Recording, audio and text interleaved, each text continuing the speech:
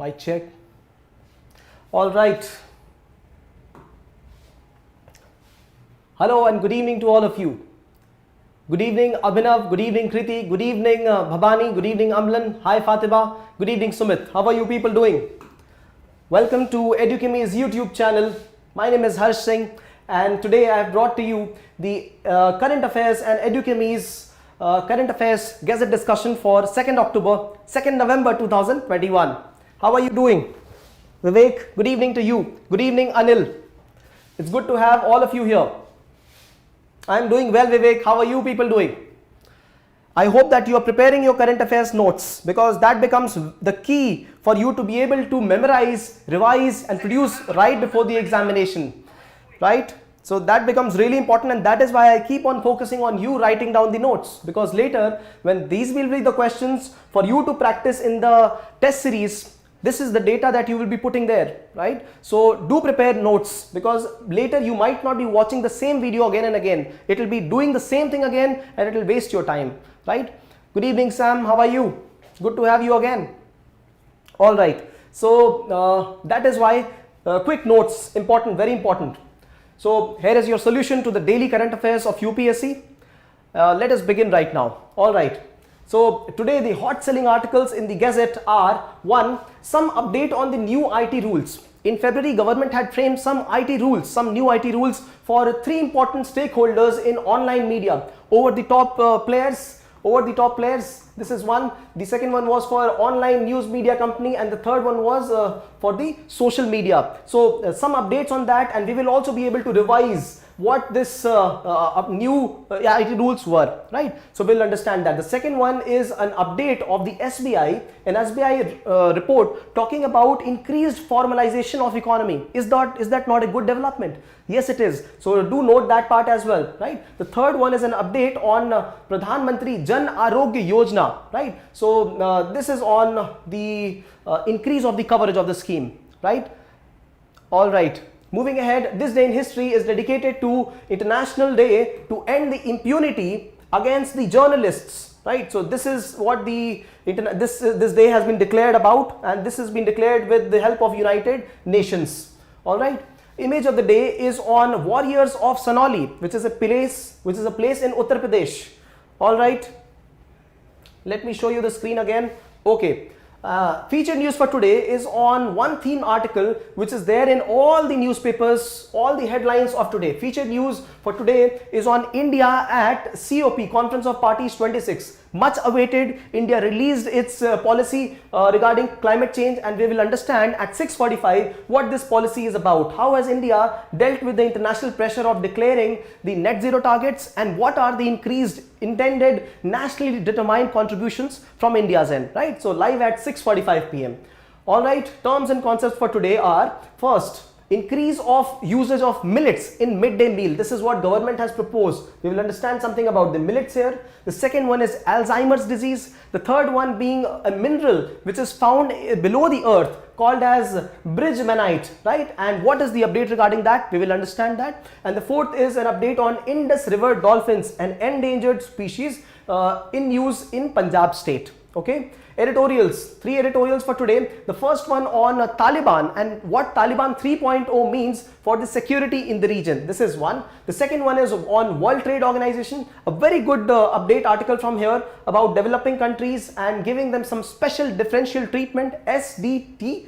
And the third one is on update from Kashmir. All right. Case study of the day is on beggars and how the government is trying to ensure that they become a regular part of the economy away from the begging activity that they regularly do. All right. So let us start the discussion. All right.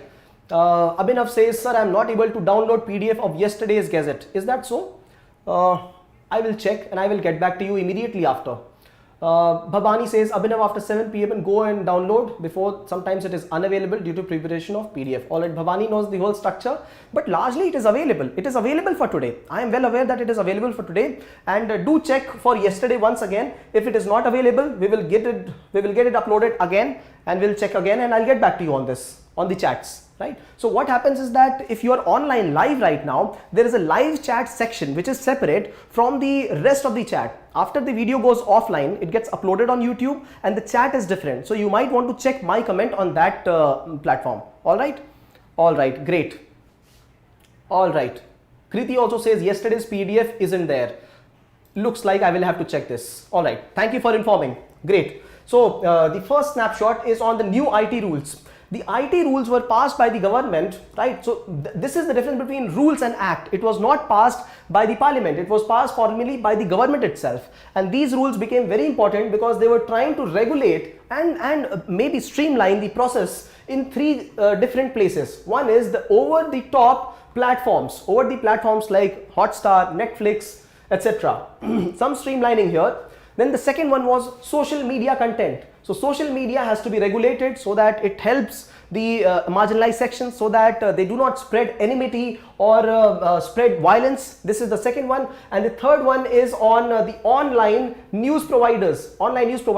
So each of them were to be regulated or managed in some or the other way. For example, in OTT, over the top players, the main issue agenda here was the regulation of the content. So dividing the content so that it be specific to that age bracket. So less than 7, more than 7 was one category, 13, 16, and then there was an adult category, right? So these were the categories, and there was one for universal, right? So these were the categories under which all the videos have to be segregated. Also, what are the ways in which one can assure that the particular content, the particular video is being watched only by an adult if it is meant for adult? So what are the ways? What about parental observation, right? So these were the important things that were asked for OTT to regulate, right? So they felt that their independence was being curtailed. Right. So see, the main criticism of this is that who will be able to determine what video is 13 plus or what is 16 plus? Through these kind of interference, government may try to, in fact, hold the video also. Suppose if, there's a video which is being played, right? Who is the exact authority who can tell whether this can be played for 13 plus age people or 16 plus age people? OTT players say that these are the mechanisms through which government is introducing bureaucracy, hurdles in front of their freedom to depict, the media content. And why are they called, by the way, OTT, over the top? They are called over the top because their content goes over the top of the government regulations, right? So we have censor board, Central Board of Film Certification, censor board, they certify films, right? And there is a consortium for TV as well, but there is nothing like that for the over top players, right? So that is why they are called over the top. They are being regulated. The second one is social media. See, we have recently had a Peace and Harmony Committee which was created by Delhi Legislative Assembly.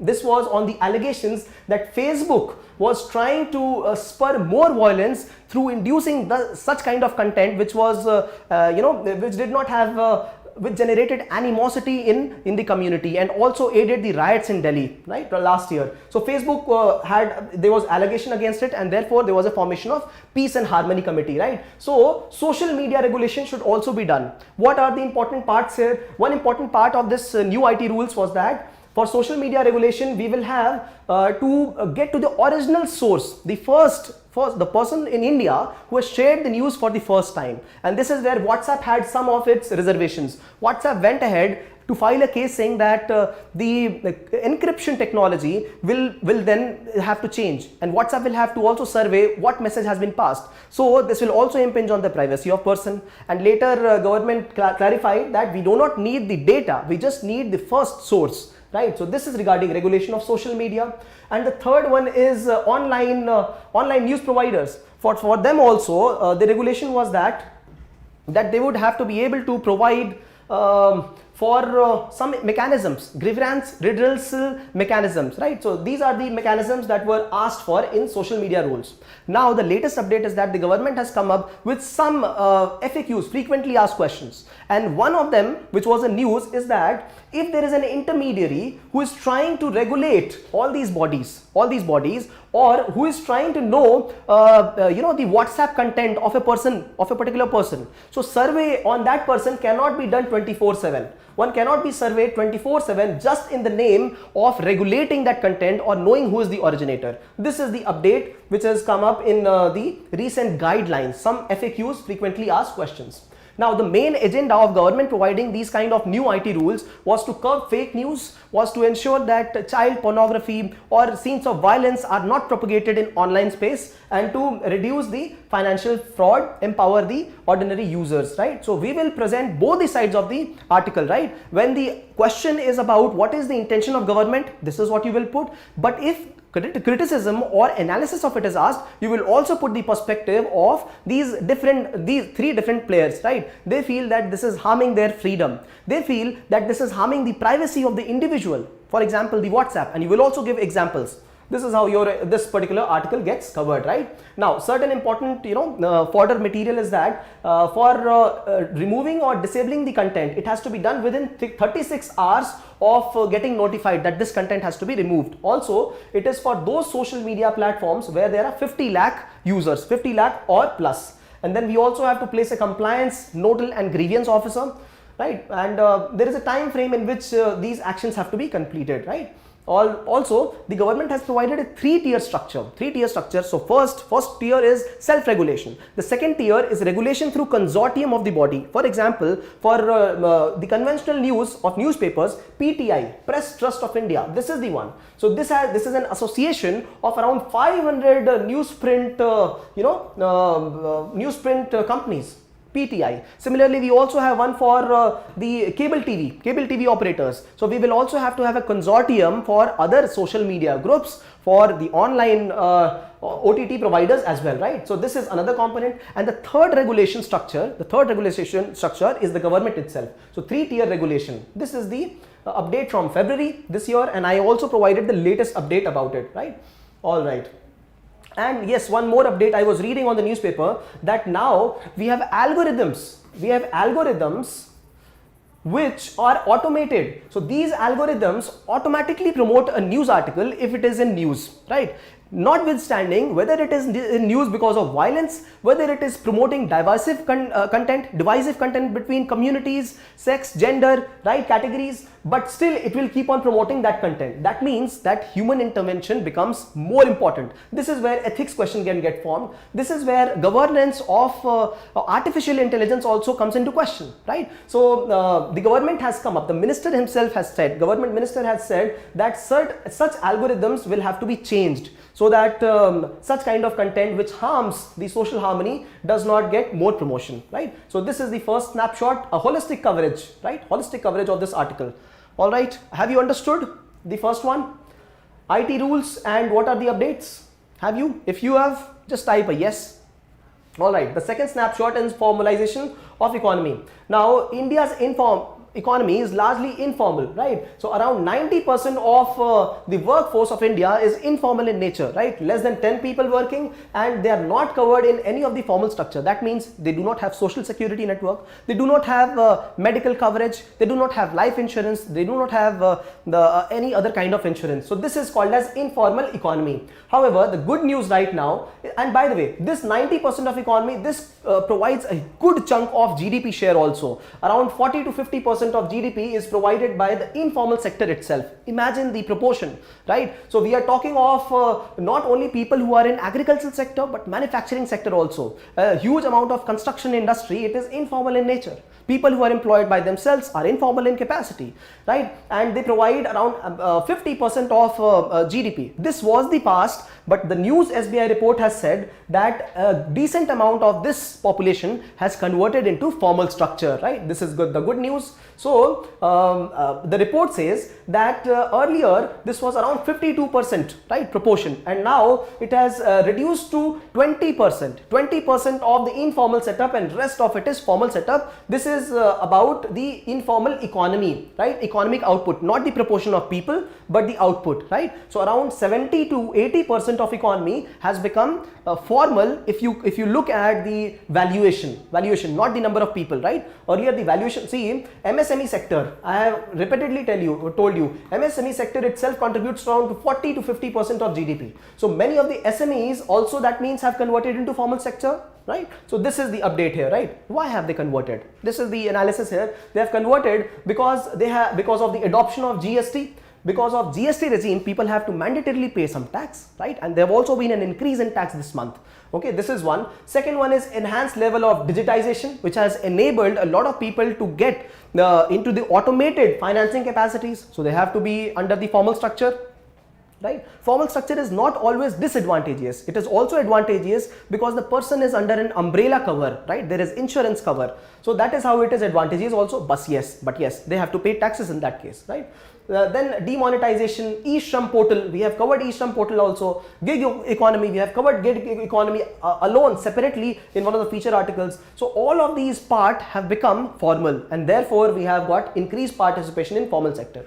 If you refer to the magazine, you will be able to see that the table here, it provides for which sector what is the proportion in which people have converted into formal structure. So earlier in 2011-12 in agriculture we had 97% of the gross value added as informal, and it has reduced to 75% right now. Imagine. So informal has of course reduced. You will see the first column will always be more in number and the third column will be less. That means the whole sector has converted from informal to formal. This is the reduction in informal that we are talking of. So electricity, gas, water connection, it has completely become formal. Similarly, we have public administration and defense. It was always formal. See, 0% in informal gross value added. Similarly, if you look at manufacturing, it has reduced from 25 to 19 to 20%. See, very good developments here. So this is how we are able to provide coverage for the whole country. In advanced countries like USA, for example, countries in Europe, all the population is covered. Right? In case you are not earning, you will be getting allowances from the government, right? This is called as formalization of economy. Here in India, we do not even know what is the number of people working in informal sector. Where are the people located? Where have they migrated to after COVID crisis? So these are important ways. E-Shram portal is one of the recent developments, and that is why it becomes more important. So remember all these 5 ways in which government has ensured more formalization. Okay. Yes, Amlan is correct. Second highest GST collection this month, right? Around 1,35,000 crore rupees. All right. So various mechanisms: Employees Provident Fund Organization, e-Shram portal, Kisan credit card, digital payments. So one example of this is Kisan credit card. These are the examples through which you can prove your points. So write down all the 4 points. Kisan credit card, I would like to use an example. See, when Kisan credit card is given to the Kisan, to the farmer, is it not formalization of the farmer in the economy? Yes, it is. In case they default of payments, they will be able to take some credit. In case they need some more credit, they will be able to take that through this credit card. They will not have to go to a money lender, right? Informally. So this is how you can prove your points through example, right? So this is the update about the economy, and in fact pandemic has left people in troubled times, but yet it has led to better formalization of structure, and some way the digitization of services, presence of corona has also helped this kind of structure, right? Formalization of economy, because now there is less of contact between people. If contact is less, money payment is also online. So because of this, it has become more formal, right? Not only that, we have got gig economy, we have got contractual employment, right? So we have discussed time and again these few concepts. For example, one of them is the platform economy. One platform is used. So this is all online, no? It provides payment to people and hence a formal coverage of people, right? So this is a good example again. The third snapshot. All right, you're there with me. Also, the changing the name of over the top. Absolutely. In OTT, they have changed the name. They have proposed to change the name from over the top players, right? Okay. And what is the new one? Can you please type OSB? What is the new one now? Snapshot. The third snapshot is on Pradhan Mantri Jan Arogya Yojana, PMJAY. Jan Arogya. Jan is people. Arogya is disease, right? And if Arogya is disease, then what is health? Health is Ayushman, right? Longevity is Ayushman. So under Ayushman Bharat integrated health scheme, there were 2 important programs. I have spoken earlier, but let me give you the structure. The first one was creation of health and wellness centers. 1.5 lakh health and wellness center. The other one was insurance of people, right? So this was the Pradhan Mantri Jan Arogya Yojana, JAY, right? So this is for the secondary, tertiary treatment of the people in hospitals, inpatient department, and health and wellness center is for preventive treatment at primary levels, right? So this was a two-pronged agenda of the government. Here in the news is that Pradhan Mantri Jan Arogya Yojana, which was intended to cover around half the population of India, that means around 70 crore, now they will plan to extend it to other people. So earlier they have been covering people on the basis of the census 2020, census 2011. Not only that, they've also been spotting the vulnerable sections according to what state has given, right? The state report has given. So accordingly they were targeting, but now they want to capture the missing middle means the middle class which has been missing here, right? So this is going to comprehensively cover the whole population, right? 5 lakh coverage has been given, right? So this is the update from here. So earlier 50% of the population, around 70 crore people, and now we are increasing them, right? So the three modes that they are using, first is consumer awareness, right? Making the people more aware. The second one is standardizing the insurance and health products, right? And having a model for them. So this is the second one. And the third one is also introducing subsidized health insurance, right? So these are the three ways, and there is a short term, medium term and long term plan also to implement the same, right? So in short term, they want to have the commercial insurance join in and try to increase the coverage. The second one is to increase the infrastructure, and the third one is to expand among the uncovered poor population. All right, absolutely, all of you correct here, right? Publishers of online curated content. This is the new name to be given to OTT players, over the top platforms. Okay, all right. Now, this day in history we have dedicated to International Day to End Impunity for crimes against journalists. Impunity is doing a thing, especially a negative thing, a crime, and devoid of any fear of any justice, right? So people do not fear that they will be punished for what they are doing. So this day, 2nd November 2013, the United Nations declared that they resolved to have it as this particular day, so that such crimes against journalists are not gone untreated, right? So if you remember, one of the important reporters of our country, if you can name him, he passed away. He sacrificed his life in Afghanistan. Who was that reporter we are talking of? Of course, this will not come in examination, but it grew very much in the news. We also covered this. Right, so this day is dedicated to people like them, and to highlight these kind of crises, so that there is ending of impunity of those crimes against journalists, right? Do you remember the name of that journalist? Write that name. And feature news of the day is on India at the Conference of Parties 26. The updates from there, very important updates, right, to be presented at 6:45 p.m. today. All right. Then image of the day is from Sonauli. Now this is a place in Uttar Pradesh, and excavating this place, one could understand that there was some history which came up from here, right? So what was found here was excavated material which also related to some chariots, torch, swords, right, decorated coffins. They were all excavated from this place, and through this one could gauge the timeline of this particular event when this was actually buried under. So earlier it was rated as a place which could be of the late Harappan phase, but finding some copper remains, it ensured to tell that this could not be Harappan, this could be the Chalcolithic period, right? Chalcolithic period also relates to the presence of copper at that place, right? So we are talking of Sonauli. All right. Yes, Danish Siddiqui, absolutely. Kriti Bhabani, absolutely correct. Danish Siddiqui. All right, terms and concepts. Terms for today. The first one is use of millets in midday meal. Government has proposed that they should start the use of millets. So the popular millets that are used are bajra. No, the popular millets are bajra. Yes, bajra. And in bajra you have all the three. So this is how did I remember? Yeah, jawar. So yeah, bajra is the one. So bajra itself, and then J is jawar and R is ragi. This is how I used to remember. How did I forget it? Right. So bajra itself. Now this is the millet in itself, bajra itself. But then you have three names hidden in the acronym: bajra itself, and then jowar and ragi. And very interestingly, this is how you proceed from north to south. So ragi is largely cultivated in South India, so Tamil Nadu and other regions. Bajra is cultivated in north of India, Rajasthan and Gujarat, Madhya Pradesh, and then jowar also is cultivated north and central of India. So north, central and south, this is how you can remember it. And in fact, these are the millets. They are highly nutritious crops, and whole grains are cultivated. Whole grains are also eaten by people as chapatis, so this becomes very nutritious. This is also called as poor man's nutritious food.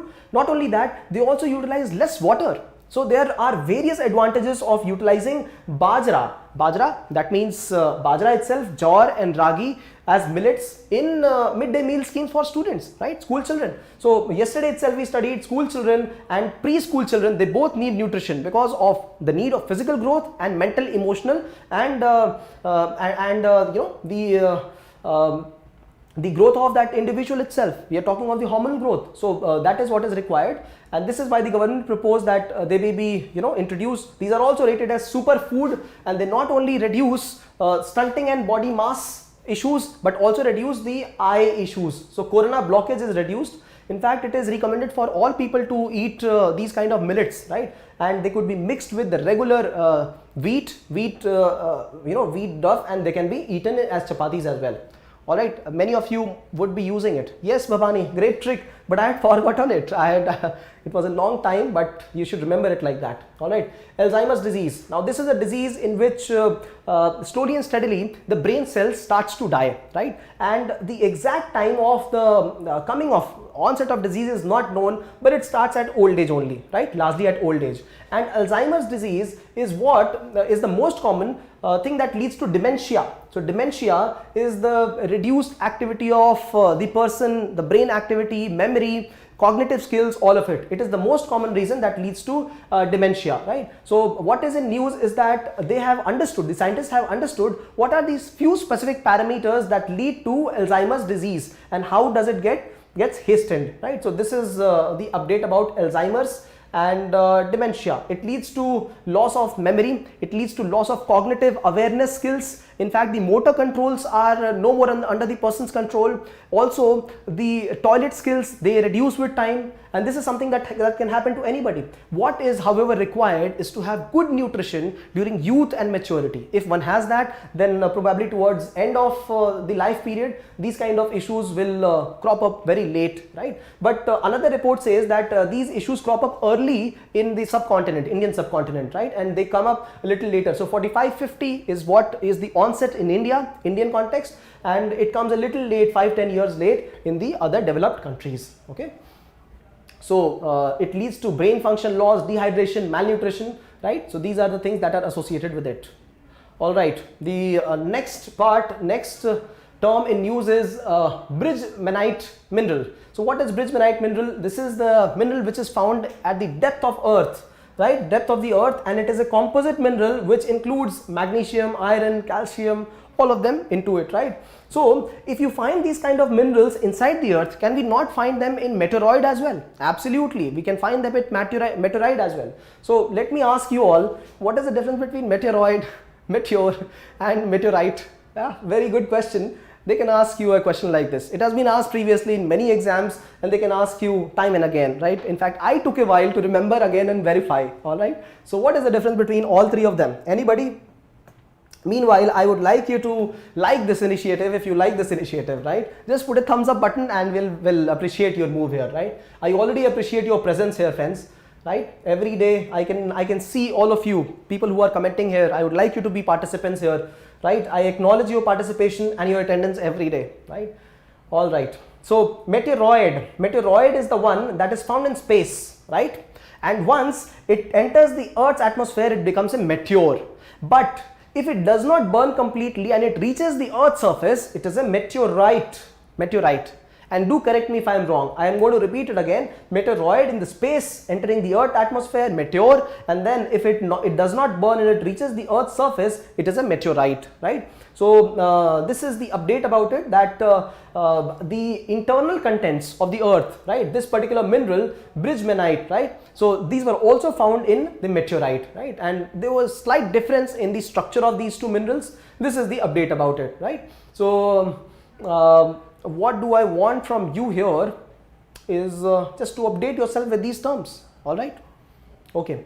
The fourth term in news is Indus River Dolphin. What is the update? Punjab is going to conduct a complete survey of this Indus River Dolphin. It is already endangered species and there are only few of them left, right? For that same reason, because it is an endangered species, the government of Punjab is going to conduct a survey on their population, right? That is why the update. So these are the Indus River dolphins. We have dolphins also present at the mouths of several rivers along the east coast. I'm talking of the Bay of Bengal, right? So we have Gangetic River dolphins also. This Indus River dolphin is primarily present in Beas River. All right. Okay. None of you responded, right, about meteorite and meteoroid. Why so? All right. All right. Then the next one is the editorials. All right. I will quickly tell you about the editorials here. Interesting ones. The first one is on Taliban 3.0. Taliban 2.0 was the one which was discussing at Doha, where at Qatar they were discussing, the developed countries, some of them Pakistan, Saudi Arabia, Qatar, America, and then we had Russia. They all met and they were discussing about the future of Afghanistan. And that is when there was a mechanism in which the conversation was going of power sharing between Afghanistan government, the democratic government, and Taliban. I'm talking of olden times. And since August, we have seen Taliban 3.0, a new version of Taliban.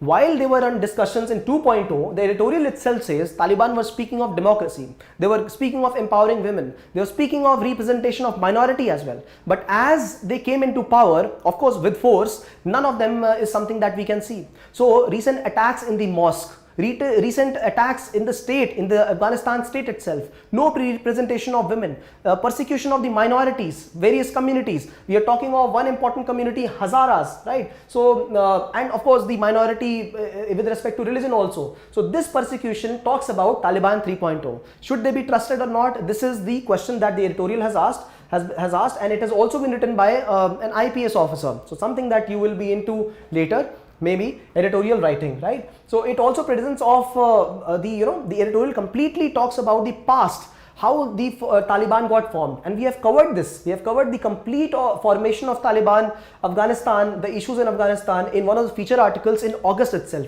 I think it was 19th or 20th August. If you just type Afghanistan Edukemy India, you will be able to find that complete video, feature video on YouTube, right? Afghanistan India relations, Edukemy. All right, so it started in the 1990s when Mullah Omar, he declared himself as Amir ul Mu'minin. So he declared as the person who was the complete protector of Islam in Afghanistan. He declared himself as that, and Taliban were the followers of him. There is of course a political perspective also. One good perspective you can get for yourself. I'll be very quick to make you understand. So USSR intervened and it wanted to have a presence in Afghanistan, right? So in 80s, USSR was fought against by USA, Pakistan, and the Mujahideens, right? So these three Mujahideens were empowered with the help of USA and Pakistan, and they fought against USSR. So 80s, this was the fight, and they went away in late 80s.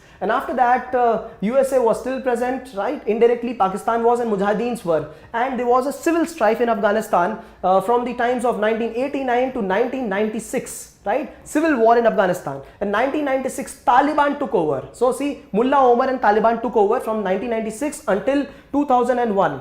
And 1996 to 2001, they committed notorious activities. They had their coalition with Al-Qaeda, Haqqani network. All of them are terror organizations, associates of terror organizations, and Taliban had direct linkage with them. And 2001, when the pinnacle of things happened, pinnacle of the events of their terrorism happened, they attacked USA, right? And two important attacks were at World Trade Center. Because of this, USA had its war against terrorism, and first was on Afghanistan itself. So they overthrew Taliban, and for 20 years Taliban was struggling for power. There was democratic government in Afghanistan, and later, now 2021, 20 years later, we see Pakistan which was backing Taliban, it has made its presence again felt here.